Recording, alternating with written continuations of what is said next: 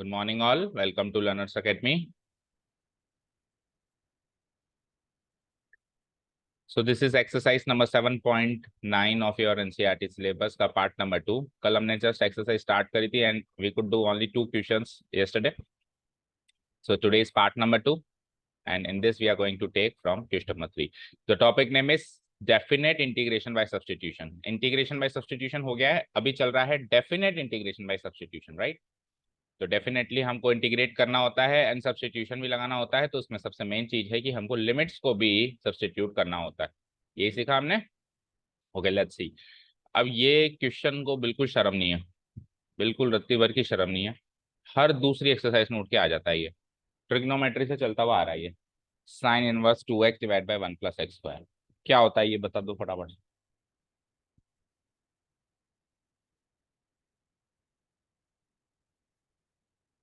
2 tan inverse x। क्या होता है ये? 2 tan इनवर्स x। याद आया? 2 tan इनवर्स x को हम 3 तरीके से बदल सकते हैं। एक तरीका ये लिखा हुआ है ही सही। दूसरा तरीका क्या होता है जिसमें cos लिखा रहता है यहाँ पे और यहाँ पे 1 - x² लिखा रहता है। तीसरा तरीका होता है यहाँ पे tan लिखा रहता है और यहाँ पे नीचे 1 - x² लिखा रहता है। ये तीनों चीजें 2 tan इनवर्स x बनती है, राइट? ये सीखा है हमने। तो सबसे पहला काम तो आप इसको इसकी सिंप्लीफाइड फॉर्म में लिख दो। दैट मीन्स इसको क्या लिख दो, बाकी कुछ चेंज मत करो, बस इसकी सिंप्लीफाइड फॉर्म लिख दो। Sine inverse 2x divide by 1 + x² को क्या लिख सकता हूँ मैं? 2 tan इनवर्स x dx। पहला काम ये डन। अब आप यहाँ पे क्या करोगे, इसको सब्स्टिट्यूशन की मदद से सॉल्व करने की कोशिश करोगे। वो कैसे करेंगे? वो कैसे करेंगे बोलो। तो अब अपने को क्या करना पड़ेगा, यहाँ पे बाय पार्ट्स लगाना पड़ेगा। क्या करना पड़ेगा? By parts. देखो 2 को इधर भेज दूं मैं, 2 को तो बाहर निकाल दूं और अंदर में क्या कर दूं? 0 to 1 और 1 multiplied by tan inverse x dx। Done. अब उसके बाद बताओ, इंटीग्रेशन बाय पार्ट्स। लेकिन फिर सब्स्टिट्यूशन का क्या रोल रहा? फिर ये एक्सरसाइज में कह रहा है, देखो साफ साफ कह रहा है यूजिंग सब्स्टिट्यूशन। तो जब उसने इंस्ट्रक्शंस दे दिए ना यूजिंग सब्स्टिट्यूशन, तो जहां नहीं लगाना ना वहां भी लगाना है जबरदस्ती। उसने क्या कहा? Using substitution. बहुत सारे क्वेश्चन, अभी नीचे भी एक आध क्वेश्चन है, जैसे ये दोनों क्वेश्चन है, इसमें रियली हमको सब्स्टिट्यूशन की मदद नहीं है 6th 7th में, बट फिर भी उसने कह दिया तो कुछ वाले छोटा सा ही लगाओ, बोले फॉर्मेलिटी तौर पे ही लगाओ, लेकिन लगाना पड़ेगा। तो हम क्या करेंगे? tan इनवर्स x को t ले लेते हैं, क्योंकि उसने जबरदस्ती कर दी ना। वैसे जरूरत नहीं है, आई एग्री टू भाई। इसमें यहाँ से अपन tan इनवर्स x को फर्स्ट फंक्शन, 1 को सेकंड फंक्शन लेके इंटीग्रेशन का बाय पार्ट्स का प्रोसेस स्टार्ट कर सकते हैं। अब मैं सब्स्टिट्यूशन करूंगा उसके बाद भी पार्ट्स तो लगेगा, ऐसा नहीं है मैं पार्ट्स से बच जाऊंगा। इंटीग्रेशन बाय पार्ट्स अभी भी लगना है, अभी सब्स्टिट्यूशन कर दूंगा बाद में भी लगना है। तो वो तो लगना ही लगना है। जो पार्ट्स तो एक ऐसी चीज है जो जब लगनी है तो लगनी है, कुछ भी कर लो उससे बच नहीं सकते। लेकिन अब सब्स्टिट्यूशन भी लगाना पड़ेगा, ठीक है। सो सब्स्टिट्यूशन स्टार्ट करूं मैं, उसके लिए मैं लिख देता हूं let tan inverse x be t. Fine, tan inverse x be t.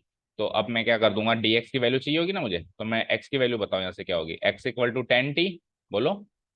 तो differentiating both side with respect to x we get dx की वैल्यू बोल दो tan t का डेरिवेटिव sec² t और t का dt। ये काम तो हुआ खत्म। लिमिट्स भी साथ के साथ सभी सब्स्टिट्यूट कर दें। तो लिमिट्स हैं when x = 0 lower limit and when x = 1 upper limit. These are the given limits. चलो जी, तो इसके हिसाब से t निकालना है। सो t क्या हो जाएगा? x की जगह 0 डालूंगा तो tan इनवर्स 0। बोलो। और फिर यहाँ से t = x की जगह 1 डालूंगा तो tan inverse 1। Very easy. tan inverse 0 क्या होता है? 0। tan इनवर्स 1 क्या होता है? π/4। ठीक है। 1 कब आता है? tan π/4 पे आता है। सो जो लिमिट 0 to 1 थी अभी 0 to π/4 बन चुकी है। ओके, तो ये तो हो गया मेरा सब्स्टिट्यूशन का काम। अब मैं यहाँ पे सब्स्टिट्यूशन स्टार्ट करूं। सो सो आई बिकम्स 2 तो सबसे बाहर था ही सही, नो चेंज है ना। अंदर आइए तो 0 to 1 क्या बन गया? क्या? 0 to π/2। और दूसरी चीज, एक चीज और बताऊं, ये 1 से मल्टीप्लाई करने की जरूरत रियली नहीं है। क्यों? क्योंकि 1 से तो मैं तब मल्टीप्लाई करता जब मैं इसको बाई पार्ट्स लगाता। अभी मैं इसको तो लगा नहीं रहा, मैं तो टी की फॉर्म में लगा रहा हूँ। तो टी की फॉर्म में आप चेक करो, ऑलरेडी वो दो फंक्शंस का प्रोडक्ट बन जाएगा। तो बाई पार्ट्स वैसे ही लग जाएगा। 1 से मल्टीप्लाई करके लिखने की जरूरत रियली हमको नहीं है। ठीक है, समझ आया। 1 से कम मल्टीप्लाई करता है जब मैं इस जगह पे बाई पार्ट्स लगाता है, सब्सटीट्यूशन के बिना बाई पार्ट्स लगाता है। सब्सटीट्यूशन के साथ बाई पार्ट्स लगा रहा हूँ तो 1 की जरूरत नहीं है, आप तो बस कन्वर्जन करो। तो टेन इनवर्स एक्स की वैल्यू टी, बोलो, dx की value sec square into sec square t d t. तो अब वैसे ही दो फंक्शंस का प्रोडक्ट हो गया, तो बाई पार्ट्स अब इन दोनों में लगेगा ना, वन तीसरी को, तीन फंक्शंस का क्यों प्रोडक्ट करूं मैं। समझ गए। तो बाई पार्ट से बच तो नहीं पाए।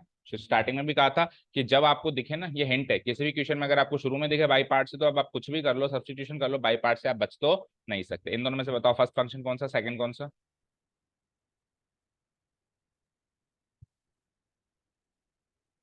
बोलो। First function T algebraic, then trigonometric, I LATE, A पहले आता है टी बाद में आता है। So this would be my first function and this would be my second function. Done, यहाँ तक क्लियर है। चलो तो इंटीग्रेशन बाई आप लिख दोगे यहाँ पे, applying integration by parts we get, यहाँ पे सॉल्व कर रहा हूँ मैं next, applying integration by parts we get, देखो आई इक्वल टू टू तो सभी से बाहर है, टू तो बिल्कुल सबसे ही बाहर है, ब्रैकेट लगा दूं एक, क्योंकि तो सबसे मल्टीप्लाई होना है। पहला फंक्शन एज इट इज यानी टी एज इट इज, दूसरे फंक्शन का इंटीग्रेशन यानी sec square t d t का इंटीग्रेशन, आगे बोलो, माइनस होल इंटीग्रेशन लगेगा ही लगेगा। पहला फंक्शन टी क्या होगा, टी का क्या होगा, derivative d by d t of t into integration of second function sec square t d t, and then इस पूरे का अगेन इंटीग्रेशन, तो मल्टीप्लाइड बाई डी टी। ठीक है, डन, यहाँ तो कोई डाउट नहीं है। अब अभी मेरे पास जगह और टाइम दोनों कम है, तो मैं हाल फिलहाल के लिए यहाँ पे 0 to π/4 लगा देता हूँ। जो लिमिट्स थी ना मेरे पास इंटीग्रेशन वाली 0 to π, वो इधर लगा देता हूँ। हालांकि इंटीग्रल अभी पूरा सॉल्व नहीं हुआ है अंदर, ये बाद में लगाते हैं। और तरीका क्या होता है इसके करने का, मैं आपको कल बता चुका हूँ कि आपको क्या करना होता है, इसको अब I1 मानना होता है। I1 मानकर इसको पहले इंडेफिनेट इंटीग्रेशन से सॉल्व करना होता है, फिर सॉल्व करके फिर वापस आई में जाके वो वैल्यूज पुटअप करनी होती है। ये है ओरिजिनल तरीका जो एग्जाम में फॉलो करना। ओके, अभी के लिए अपन शॉर्टकट में चल रहे हैं। चलो जी, तो टू तो सबसे बाहर है ही सही, इसको सॉल्व करें तो it is like t sec square t का इंटीग्रल 10t होता है, minus integration of d by d t 1 हो ही गया है, और वो इंटीग्रेशन सेक स्क्वायर टी 10t हो ही गया है। तो अल्टीमेटली ये 10t का इंटीग्रल और बच गया, 0 to π/4 लगाना है ही सही। सो अल्टीमेटली जो 2 से मल्टीप्लाई भी कर दो लगे हाथ, 2t 10t माइनस 10t का इंटीग्रल बोलो, लॉग सेक टी होता है, मानता हूं बात। और अगर इंडेफिनेट इंटीग्रेशन होता तो यही करता मैं भी। पर मुझे एक चीज बताओ, ये तो डेफिनेट इंटीग्रेशन है, डेफिनेट इंटीग्रेशन है तो आपको लिमिट भी लगानी है 0 to π/4, यानी कि आप ये π/4 अभी लगाओगे अंदर, टी की जगह लगाओगे नहीं लगाओगे। अब आप खुद अपने दिल पे हाथ रख के बताओ कि जब जब आपको सेक सॉल्व करना होता है पहले कॉस सॉल्व करते हो नहीं करते हो, फिर उल्टा करते हो, सेक की वैल्यू डायरेक्ट तो याद है ही नहीं। तो जब आपको पता है कि मेरे को वैसे भी वैल्यू रखनी है, जब वैल्यू रखने की बात आती है, तो क्यों ना इसको मैं कॉस ही लिखूं फिर सेक लिखूं ही क्यों, क्योंकि सॉल्व तो वैसे भी मैं कॉस ही करूंगा, तो इधर कॉस करूंगा तो माइनस साइन निकलेगा और ये प्लस हो जाएगा। समझ आया। तो कब आपको सेक लिखना है, कब आपको कॉस लिखना है, जब आप इंडेफिनेट इंटीग्रेशन करो तब तो सेक लिखना है, जब आप डेफिनेट इंटीग्रेशन लिखो तो आपको कॉस लिखना है, क्योंकि आपको वैल्यू पुटअप करनी है। ओके, तो जो एक माइनस साइन निकला वो पिछले माइनस से मिलकर प्लस हो गया। अब आप π/4 कॉस की वैल्यू पुटअप कर दो, बस वैल्यू पुटअप करने का काम है। अभी शुरू करूं, आ जाइए। सो एक्सप्रेशन टू एक्सप्रेशन, इसके बाद यहाँ आ जाओ, एक्सप्रेशन टू एक्सप्रेशन। तो 2t की जगह π/4 इंटू अगेन टी की जगह π/4 plus log modulus cos T की जगह π/4 मॉडुलस क्लोज। ये तो हुआ है π/4 रखने का काम खत्म। अब जीरो रखते हैं, सो 2 × 0, वैसे भी जीरो हो जाना है, 10t की जगह भी zero plus log modulus cos T की जगह जीरो मॉडुलस क्लोज। ठीक है, करें सॉल्व। देखो क्या क्या चीज जीरो हो गई, तो ये क्वांटिटी जीरो हो गई, और कॉस जीरो क्या होता है 1, और लॉग 1 क्या होता है 0, ये भी जीरो। देखो कॉस 0 1 और लॉग 1 0, तो ये जीरो, ऊपर वाली क्वांटिटी बची है बस, 2 से ये 2 टाइम गया, π/2 10 π/4 1 होता है ये, तो 1 × 2 2 प्लस कॉस π/4 क्या होता है 1/√2, 1/√2 होता है, तो लॉग 1/√2। फाइन। अब लॉग 1/√2 को और सॉल्व कर सकते हो आप, कैसे, लॉग 1 माइनस log√2, बोलो, लॉग a बाई बी क्या होता है log a minus log b, so it is like log 1 minus log√2।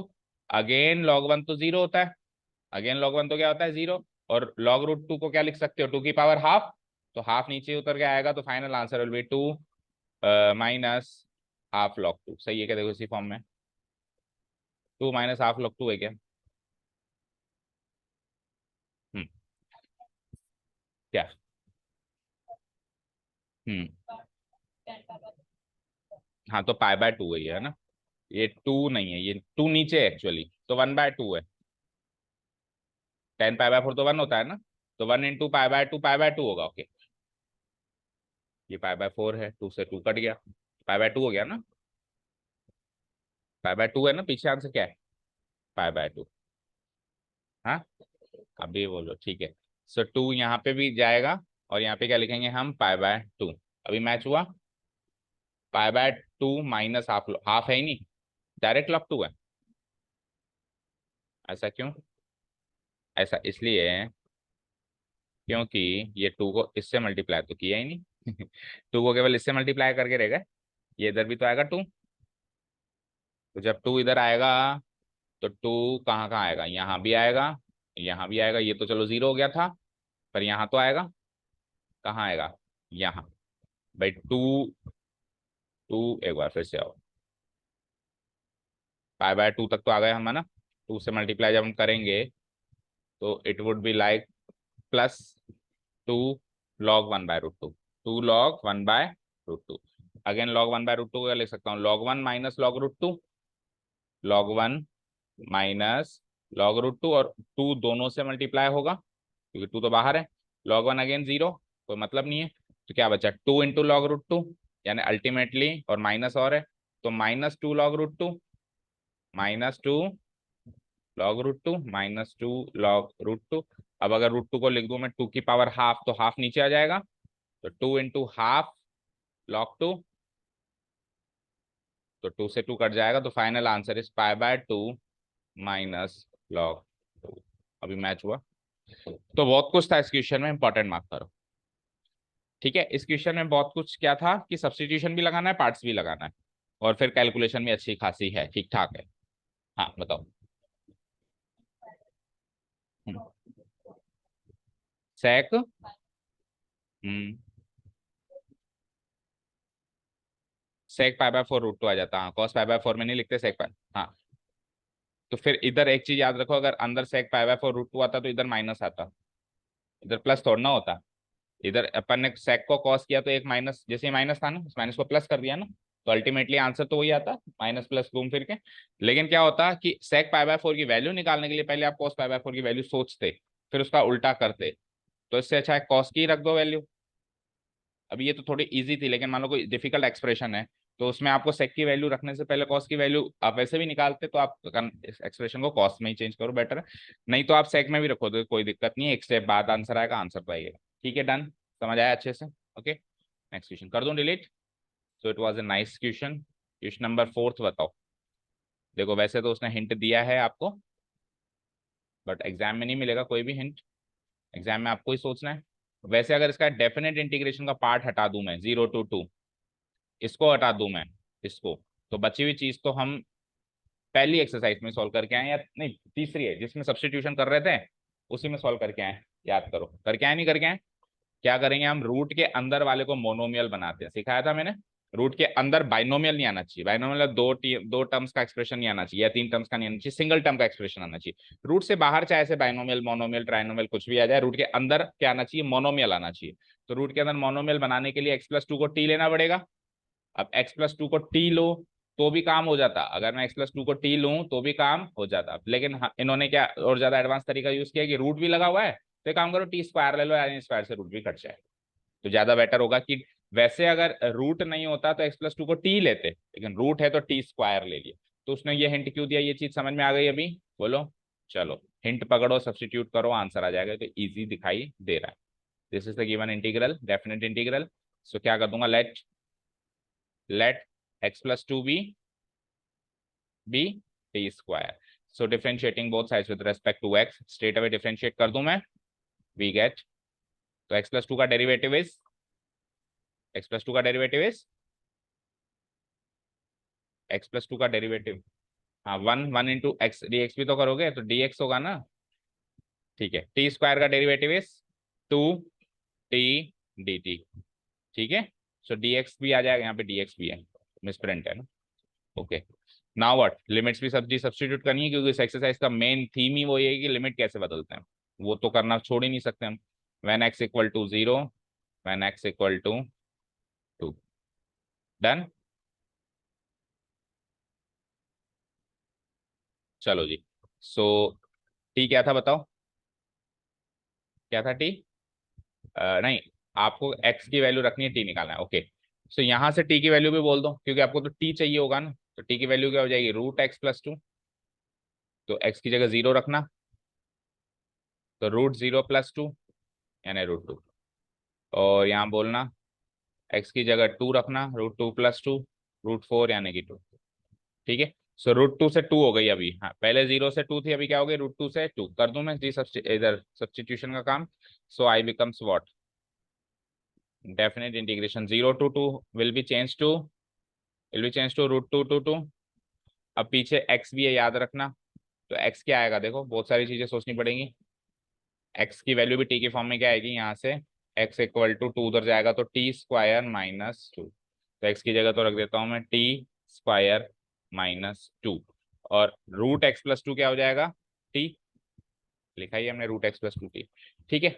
और dx क्या हो जाएगा, 2t/dt। देखो tx भी कुछ है अभी, तो 2t/dt, तो 2 को बाहर निकाल देंगे। चलो एक बार के लिए यहीं रख देता हूँ मैं 2t/dt। थोड़ा आप सिंप्लीफाई करूँ इसको मैं, सबसे पहला काम तो 2 को बाहर निकाल दूं, √2 से 2 हो ही जाएगा, t × t² और t² × -2t अभी ठीक है, और ×dt। अब इसका डायरेक्ट इंटीग्रेशन कर लो, ये तो क्या है, पॉलिनोमियल फंक्शन है, अलजेब्रिक फंक्शन है, तो 2 तो बाहर है ही सही। करो इंटीग्रेशन, t⁴ का इंटीग्रेशन t⁵ / 5 2 मल्टीप्लाई t² का इंटीग्रेशन t³ / 3, सब कुछ डन। तो लिमिट्स लगा दो, नई वाली टी वाली लगाना, एक्स वाली मत लगाना, क्योंकि सब अभी टी में चला गया। ठीक है, कर दें सॉल्व आगे। तो बोलो एक्सप्रेशन टू एक्सप्रेशन, बोलो टर्म टू टर्म चलते हैं। 2 तो सबसे बाहर रहेगा ही रहेगा, तो सबसे पहले t⁵ में 2 और √2 दोनों लगाओ, तो 2 लगाऊंगा तो t⁵, और देखो इसमें से भी 1/5 कॉमन ले लो, इसमें से भी क्या कर दो 1/5 कॉमन। अब t⁵ में आप 2 लगाओ, √2 लगाओ, तो 2 लगाऊंगा तो 2⁵ माइनस √2 लगाऊंगा तो √2⁵, डन। ठीक है, माइनस इसमें से 2/3 निकल के आया कांस्टेंट टर्म। अब अगेन t³ में दोनों लगाओ, तो 2 का क्यूब माइनस √2 का cube, done, bracket close, and बाहर वाला ब्रैकेट भी क्लोज। अभी सॉल्व कर दें, कैलकुलेशन पार्ट है। 2 अंदर वाला सॉल्व करो पहले, 1/5, ये क्या होगा, 2⁵ क्या होता है 32, माइनस √2⁵ क्या होता है 4√2, √2 5 बार होगा तो 4 बार तो 4 बन जाएगा, एक √2 बच जाएगा, -2/3। 2³ क्या होगा 8, एंड √2 का क्यूब 2√2। ठीक है, और थोड़ा सा सॉर्ट आउट कर दें। सो अब 2 से मल्टीप्लाई कर दो, तो 2 × 1/5 2/5, और 2/5 × 32, 2/5 × 32 भी करो लगे हाथ, 32 × 2 64/5, यस और नो, 64/5। आगे बढ़ो, अब 2 × 1/5 × 4√2 भी करो, तो 2/5 माइनस है 2/5 × 4√2, तो 8√2/5। चलो आगे बढ़ते हैं, माइनस 2 × 2/3 × 8, सब कुछ करो, तो 2 × 2/3 4/3, 4/3 × 8 32/3, और फाइनली माइनस माइनस प्लस भी हो जाएगा ये, और 2 × 2/3 × 2√2 भी कर दो, तो 4/3 × 2 8√2/3। ठीक है, अब आप एक काम करें, क्या करें बताओ, इन दोनों को साथ में सॉल्व कर दो, और √2 वाली टर्म्स को साथ में सॉल्व कर दो। ठीक है, तो 64/5 इधर एक बार मैं अरेंज कर देता हूँ, 64/5 माइनस 32/3, एक टर्म तो ये हो गई। देन प्लस वाला पहले ले लो, प्लस 8√2/3 माइनस 8√2/5, इनको साथ में कर, इसको ठीक है करें। सो 5 3 15 एलसीएम आ गया, 3 × 64 क्या होगा, 3 4 12, 3 6 18 192, माइनस 5 2 10, रिमाइंडर 1 5 15। ये तो हो गया पहले, इधर भी 15 एलसीएम आ गया, 5 8 40√2, माइनस 3 8 24√2, 24√2। ठीक है done. Equal to 192 minus 160 gives me 32/15 और 40√2 में से 24√2 गया तो 16√2/15 15 अगेन एलसीएम ले लें। So the final answer 32 plus 16√2 whole divided by 15।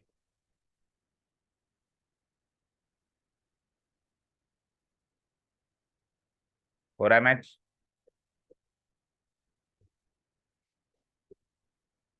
Bracket में ठीक है, 16√2 कॉमन ले लो 32 और दोनों में से हो जाएगा है ना।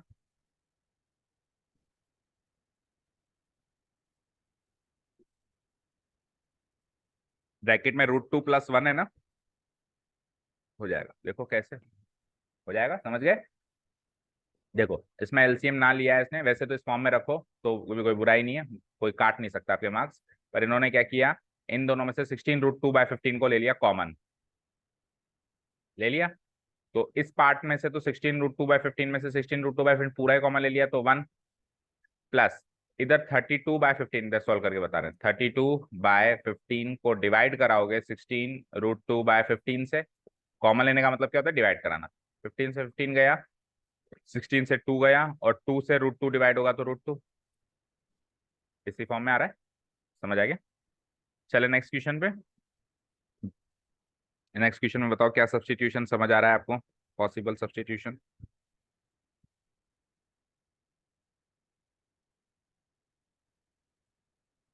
तो this is the final answer to this question. Question number 5 में देखो क्या सब्स्टिट्यूशन आपको समझ आ रहा है। sin x divided by 1 plus cos square x dx. This is the given integral. बोलो। अच्छा सब्स्टिट्यूशन नहीं होता तो मैं इस क्वेश्चन में पता है क्या करता, मैं सबको हाफ एंगल में कन्वर्ट कर देता हूँ। तो 1 + cos² x होता है हमारा, क्या होता है,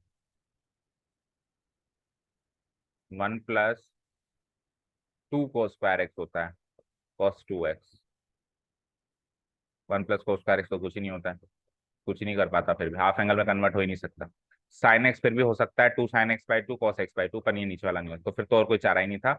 अगर ये डेफिनेट नहीं होता, सब्स्टिट्यूशन नहीं भी करना, कुछ मतलब सादा भी होता तो भी मैं वही सब्स्टिट्यूशन करता, cos x को t ले लो तो sin x dx देखो उसका डेरिवेटिव ऊपर रखा हुआ है, तो साफ साफ पता चल रहा है यहाँ से, late cos x be t।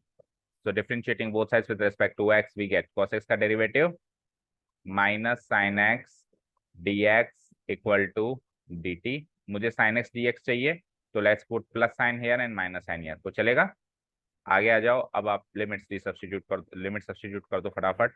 So limit से हमारे पास x 0 है एक बार, एंड x इक्वल टू π/2 है। तो लिमिट से इम्प्लाइज t की वैल्यू निकालो दोनों तरीकों से, मतलब दोनों लिमिट से इम्प्लाइज t इक्वल टू, तो x की जगह 0 रखना जरा, तो cos 0 हो गया ये, और यहाँ पे x की जगह π/2 रखना तो ये cos π/2 हो गया। cos 0 is 1, cos π/2 is 0। अब देखो क्या हुआ आपके साथ, 1 2 0 उल्टी लिमिट आ रही है, मतलब छोटी बड़ी से छोटी लिमिट आ रही है। इस क्वेश्चन की खास बात यह है कि अक्सर बच्चे पता है क्या कर देते हैं, अपन यहाँ पे बच्चे ऐसे कर देते हैं, सो I equal to integration 0 to 1, ये हो जाती है गलती। बताओ सही है क्या 0 to 1? 1 2 0 हो गई, क्योंकि ये ध्यान ही नहीं देते इसमें से लोअर कौन सी है अपर कौन सी है, बस बड़ी छोटी कौन सी है, 1 और 0 में से छोटा नंबर यहाँ रख देते हैं बिना देखे और बड़ा नंबर वहां लिख देते हैं, और अज्यूम कर देते हैं छोटी से बड़ी होती है, हमेशा होती तो यही है, मानता हूँ बात, लेकिन सब्स्टिट्यूशन के बाद बड़ी से छोटी भी हो सकती है। सब्स्टिट्यूशन के बाद बड़ी से छोटी हो रही है। आप मुझे एक चीज बताओ, अगर मैं a - b करूं और अगर मैं b - a करूं, तो जो पहला वाला आंसर है दूसरे वाले आंसर का नेगेटिव आएगा। पहला वाला जो आंसर है a - b और b - a में क्या रिलेशन है, ये इसका नेगेटिव है और ये इसका नेगेटिव है या नहीं है बताओ। तो अब अगर आप खुद सोचो, अगर आप यहाँ पे 1 2 0 लिख रहे हो और 0 to 1 लिख रहे हो, तो दोनों आंसर एक दूसरे के नेगेटिव है या नहीं है? तो अब आपको लग रहा होगा कि सर अगर आप 1 2 0 लिख दोगे तो आपका आंसर नेगेटिव आएगा, मैं मानता हूँ नेगेटिव आएगा, मैं खुद मानता हूँ, लेकिन यहाँ पे माइनस भी तो है, ये माइनस से मल्टीप्लाई होकर पॉजिटिव हो जाएगा। भाई माइनस dt भी तो निकल के आया, वो भी तो देखो, वो भी तो सब्स्टिट्यूशन से ही निकल के आया। तो सब्स्टिट्यूशन ने ओवरऑल इंटीग्रल को नेगेटिव कर दिया, इसलिए उसने लिमिट भी उल्टी कर दी। ये सारा काम सब्स्टिट्यूशन ने किया है ताकि नेगेटिव नेगेटिव क्या हो जाए, पॉजिटिव हो जाए। तो अपने को ज्यादा कॉम्प्लिकेट करना ही नहीं है, सिंपल रखना है चीजों को, जो है वही लिखना है। ज्यादा स्मार्ट नहीं बनना है यार, 1 2 0 तो होता ही नहीं, 0 2 1 कर देंगे, नहीं, जो है वही करना है। और माइनस है तो माइनस ही करना, अल्टीमेटली आंसर पॉजिटिव आएगा। दैट इज, अभी तक एक का भी आंसर नेगेटिव नहीं आया, आपने सोच ध्यान दिया हो तो, जितने भी डेफिनेट इंटीग्रेशन सेकंड एक्सरसाइज हो गई, एक का भी आंसर न्यूमेरिक वैल्यू में नेगेटिव नहीं आया। पता है क्यों? क्योंकि definite integral is actually area under the curve, और एरिया कभी भी नेगेटिव नहीं आ सकते, नेक्स्ट चैप्टर में हम सीखेंगे। तो इसलिए आंसर का नेगेटिव नहीं आएगा, और आया भी नहीं अभी तक, इसमें भी नहीं आएगा। हमको लग रहा है कि माइनस आ गया तो नेगेटिव आएगा, लेकिन नहीं आएगा इसका आंसर। चलो शुरू करें।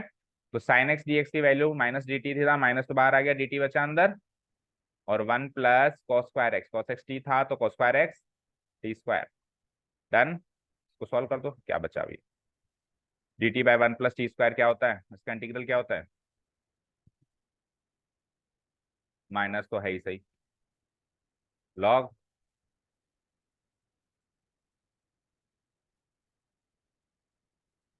बोलो।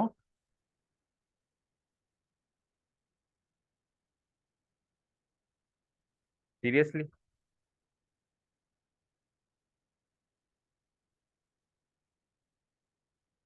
अरे tan इनवर्स टी है ना। अच्छा, आप डेरिवेटिव कर रहे हो, तो बताओ आप कब आओगे इस जोन से बाहर, कि कब डेरिवेटिव करना है, कब इंटीग्रल करना है, इस चीज पे फोकस कब कर पाओगे? क्योंकि next chapter, next to next chapter जो है डिफरेंशियल इक्वेशन, उसमें तो अभी डेरिवेटिव, अभी इंटीग्रल, फिर डेरिवेटिव, इंटीग्रल, ये ऐसे चलेगा। अभी तो कम से कम अपन एक जोन में तो चल रहे हैं, इधर डेरिवेटिव कर रहे हैं, इधर इंटीग्रल कर रहे हैं। लेकिन उसमें तो एक ही स्टेप में अभी डेरिवेटिव, अगले स्टेप में इंटीग्रल, डेरिवेटिव इंटीग्रल, ऐसे चलेगा। फिर वो उसमें तो सब उल्टा कर दोगे हम। इंटीग्रल करना है, इंटीग्रल लिख रहा है साथ साथ, थोड़ा डार्क कर दूं, this is integral not D by D x. Okay. Okay, so minus तो लगेगा ही लगेगा, tan inverse T, T, and the limit is 1 to 0, 0 to 1 नहीं, 1 to 0, क्योंकि बाहर माइनस लगा हुआ है। सो माइनस लगाओ, और 0 पुटअप करो पहले, और 1 पुटअप करो बाद में। माइनस लगा हुआ है, tan इनवर्स 0 क्या होता है, 0, tan इनवर्स 1 क्या होता है, π/4। तो अंदर वाला नेगेटिव आया मानता हूँ, लेकिन बाहर भी तो नेगेटिव है, तो negative negative negative of negative π/4 gives me positive π/4। Match करो अभी आंसर। आ गए? और कोई नहीं, विवेक नहीं आया आज? अच्छा, फिर आप क्या कर रहा है, आ रहा है ये वापस अभी तो कौन, कोई दुकान भी नहीं मिलेगी उसको सुबह सुबह, खुद ही लगा लेता। अच्छा चेन, सॉरी, मुझे लगा puncture. Minus of minus π/4 gives me π/, match हुआ आंसर, समझ आया अच्छे से? अब कितने बचते हैं, 3 ही बचते हैं वैसे तो। अच्छा, अभी तो 5 56 ही हुए। चलो तो अगला क्वेश्चन भी देखो, कर दूं उसको डिलीट। चलो नेक्स्ट क्वेश्चन पे। अब क्वेश्चन नंबर 6 देखो आप। वैसे तो ये लायक ही नहीं है कि इसको मैं सब्स्टिट्यूशन से करूं, तो इसको तो अपन इजी वे में करते ही थे, बस माइनस साइन कॉमन ले लो। माइनस साइन कॉमन ले लो तो उसमें से 6 में से कोई एक फंक्शन बन के ये आता था। कैसे आता था, ऐसे देखो, 0 to 2 है तो अभी हाल फिलहाल के लिए मैं 0 to 2 लगा देता हूँ, लगा दिया। dx है तो dx लगा देता हूँ, एक बार माइनस साइन कॉमन लेके सबसे बाहर ही निकाल दो, उससे अच्छा है सबसे बाहर ही निकाल दो, क्योंकि रूट में नहीं है। अगर रूट में होता है तो यहीं रखना पड़ता है, बाहर नहीं आ पाता, लेकिन रूट तो है नहीं, तो बिल्कुल बाहर भी आ सकता है ये, आ सकता है। I equal to this function was given, तो इक्वल टू माइनस साइन बिल्कुल बाहर निकाल दो, तो ये क्या बन जाएगा, x² प्लस एक्स का माइनस एक्स प्लस 4 का -4। अब क्या है, इसको आप परफेक्ट स्क्वायर में चेंज, परफेक्ट स्क्वायर नहीं सॉरी, उन 6 में से किसी एक फॉर्म में चेंज कर दो, x² - a² - x² में कर दे।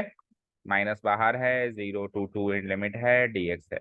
सो पहले तो ये वाला चलो इधर ही कर देता हूँ, x का, हाँ, x का कोएफिशिएंट हाफ, नहीं x का कोएफिशिएंट 1, 1 का हाफ 1/2, 1/2 का स्क्वायर प्लस 1/4 माइनस 1/4।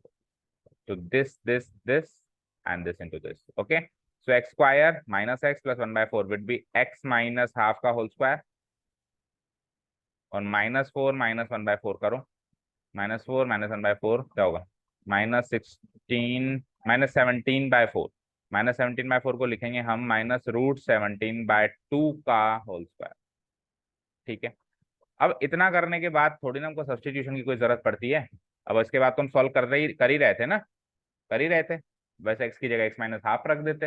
बट उसने तो जबरदस्ती कहा है कि सब्स्टिट्यूशन यूज करो, तो क्या जबरदस्ती सब्स्टिट्यूशन यूज करेंगे, हम एक्स माइनस हाफ को टी ले लेंगे, ताकि वो जो एक्स की जगह एक्स माइनस हाफ रखना पड़ रहा था ना, वो बायनोमियल ना होकर मोनोमियल टर्म ही मिले मुझे। ठीक है, तो ये जबरदस्ती सब्स्टिट्यूशन करने वाला काम कर रहा हूँ अभी मैं, है ना। अगर हमको ये सब्स्टिट्यूशन से नहीं कहता तो मैं इसको जनरल सॉल्व करता, 0 to 2 ही लिमिट पुटअप करता। ठीक है, कर दे, मजबूरी है। Let x minus half be, ठीक है, चलें आगे। So so x minus half का derivative d x equal to d t. Limit भी तो सब्स्टिट्यूट करनी है, यही तो मेन रोल है यहाँ पे। Okay, so when x equal to 0, when x equal to 2, implies implies क्या होगा देखते हैं। when x equal to 0 तब क्या होगा, x की वैल्यू 0 रख दूंगा, इधर रखूंगा, तो t की वैल्यू क्या हो जाएगी, 0 minus half, that means minus half. Done. और t की वैल्यू जब x की जगह 2 रखेंगे तो 2 माइनस हाफ इज 3/2। कर दें हम changes. So I equal to, minus को तो बाहर रखना ही पड़ेगा। 0 to 2 बोलो किस में चेंज हो जाएगा, माइनस हाफ से 3/2। dx किस में चेंज हो जाएगा, dt में। x माइनस हाफ किस में चेंज हो जाएगा, t, तो टी स्क्वायर माइनस √17/2 का हो। तो इससे कुछ खास फायदा नहीं हुआ, बस ये बाइनोमियल से मोनोमियल, बट हमारी मजबूरी थी यूजिंग सब्स्टिट्यूशन करना है। चलो, अब तो उन 6 में से एक शक्ल दिखाई दे रही है आपको, दे रही है, माइनस लगा के ब्रैकेट लगा दो। बताओ कौन सी शक्ल दिखाई दे रही है आपको यहाँ से, एक्स स्क्वायर माइनस ए स्क्वायर, उसका डेरिवेटिव इंटीग्रल कैसे करते हैं। 1/2 है, 1/2 है, इंटीग्रल करना है, आगे डेरिवेटिव 1/2 ए क्या है, √17/2, ये तो गया 1/2 है। अब आता है लॉग, ए स्क्वायर का साइन नेगेटिव है तो नेगेटिव वाली चीज ऊपर जाएगी, T minus not x, T minus √17/2 divided by T plus √17/2, modulus closed, bracket closed, और ब्रैकेट में लिमिट लगा दो माइनस हाफ से 3/, ठीक है, 2 से 2 भी गया। ओके, तो क्या करें हम, अब अपन लिमिट्स पुटअप कर देते हैं, बाहर माइनस भी है लेकिन याद रखना है ना। ओके, सो पहले 3/2, 1/√17 तो एज इट इज। एक काम करता हूँ मैं, 1/√17 और माइनस नहीं है ना, तो -1/√17 कॉमन ले लेता हूँ। ओके, क्योंकि अकेला माइनस साइन बाहर कॉमन, क्या पता भूल जाऊं मैं माइनस से मल्टीप्लाई करना भूल जाऊं, लेकिन 1/√17 से थोड़ा ना भूलूंगा। तो बेटर है कि 1/√17 भी बाहर निकाल दो, वैसे भी लिमिट तो टी में ही पुटअप होगी। तो पहले तो किसमें पहले तो टी की वैल्यू क्या पुटअप करनी है, 3/2, तो क्या हो जाएगा 3/2 -√17/2, फाइन, डिवाइडेड बाय अगेन, ऐसा नहीं है कि ऊपर 3/2 है और नीचे ये, दोनों जगह पहले 3/2 है। ओके, ये ध्यान रखना है। सो 3/2 प्लस √17/2, फाइन, फिर माइनस लॉग मॉडुलस, अब माइनस हाफ रखो, तो टी की वैल्यू माइनस हाफ रखो, minus half -√17/2 divided by again minus half plus √17/2, modulus close, और बाहर सबको 1/√17 से भी मिले, तो थोड़ा कैलकुलेटिव क्वेश्चन है। ठीक है, करें सॉल्व आगे। इक्वल टू -1/√17 तो बाहर है ही सही, आगे बोलो। तो 2 एलसीएम आएगा सब में, चेक करो। तो इट इज लाइक लॉग 3 -√17, 3 + √7, और रैशनलाइज कर दें इसको, फिर लगे याद, रैशनलाइज भी कर दो, तो नीचे वाले का कॉन्जुगेट क्या हो जाएगा, 3 -√17, और ऊपर भी 3 -√17। कर दूं उसको क्लोज, नहीं क्लोज क्यों करूं, आगे भी तो है, आगे भी तो है, माइनस, आगे बोलो लॉग, इसको भी अगर मैं 2 एलसीएम लूँ तो it is like modulus -1 -√17 divided by -1 + √17, तो इसको सीधा करके लिख दें हम, √17 -1 करके लिख दें इसको, ताकि आपको इसका कॉन्जुगेट लेने में आसानी हो। √17 -1 का कॉन्जुगेट इज √17 + 1 इंटू √17 + 1, ऊपर भी नीचे भी। सब कुछ कर लिया, अब बस इसको रेशनलाइज करो। ठीक है, -1/√17 करो। तो 3 - √17, 3 - √17 का क्या हो गया, ये क्या हो गया, होल स्क्वायर हो गया। तो 3 का स्क्वायर 9 प्लस 70, √17 का स्क्वायर 17, और -2 भी करोगे तो 2 3 6 √17, done. Divided by a² - b², तो 9 - 17 क्या होगा, 9 - 17 क्या होगा बताओ। 9 + 17 तो लिख देता हूं मैं 17 और 9 26, यहाँ तो लिख देता हूं मैं 26, और 9 में 17 गई तो -8, -8 है। तो फिर इसको प्लस बना के ऊपर भी चेंज कर दूं मैं, इसको तो प्लस बना देता हूँ और ऊपर उसको फ्लिप कर देता हूँ। तो 26 में से 6 √17 है, 6 √17 में से 26 कर देता हूँ। ठीक है, ये तो पूरा पार्ट हो गया।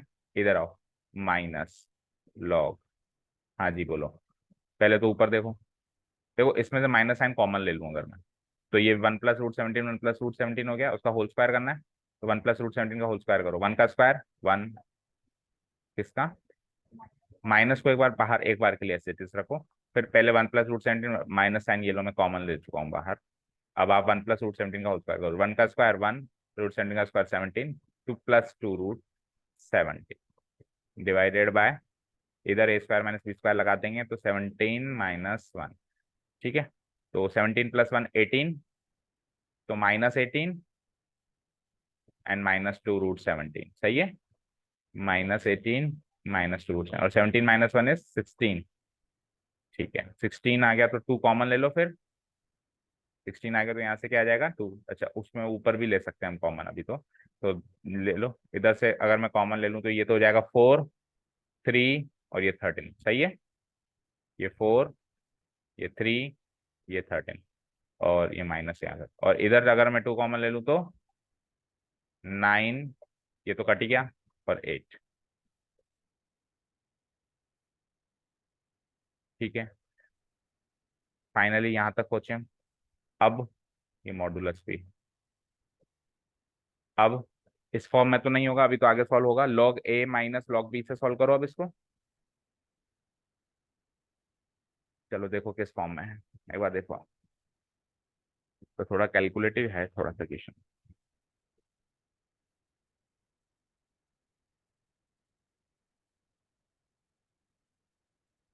ठीक है, हम्म, हाँ एक काम कर सकते हो ना, अभी देखो log a - log b दिख रहा है, तो log a - log b क्या होता है, log a/b। ठीक है, और -1/√17 को माइनस भी अगर मैं अंदर दे दूं तो क्या हो जाएगा, ये फ्लिप हो जाएगा, जो नेगेटिव है वो पॉजिटिव और जो पॉजिटिव है अभी तो क्या है, ये न्यूमरेटर बनना चाहिए log a - log b के हिसाब से, और ये डिनोमिनेटर बनना चाहिए। लेकिन अभी हम क्या कर देंगे, उल्टा कर देंगे, ये तो न्यूमरेटर बना देंगे क्योंकि माइनस जैसे ही अंदर दिया, इसी स्टेप में देखो मैं इसको प्लस कर देता हूँ तो ये तो हो जाएगा माइनस और ये हो जाएगा प्लस। अब ये ऊपर आएगा, इसको ऊपर बैठाओ तो ये क्या हो जाएगा, -9 -√17/8 डिवाइडेड बाय, उसको नीचे बिठाओ 3 √17 -13/4, डन।